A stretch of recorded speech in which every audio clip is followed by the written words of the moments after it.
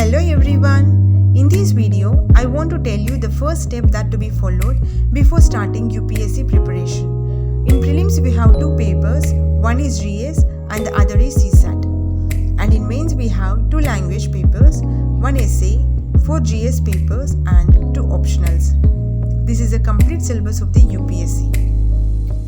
So to begin preparation for UPSC civil services, one should go through the syllabus and read it for 2 to 3 times and memorize the keywords given in the syllabus so that it will help you to find out the topics which were relevant for UPSC and also enables you to find important articles while reading the newspaper.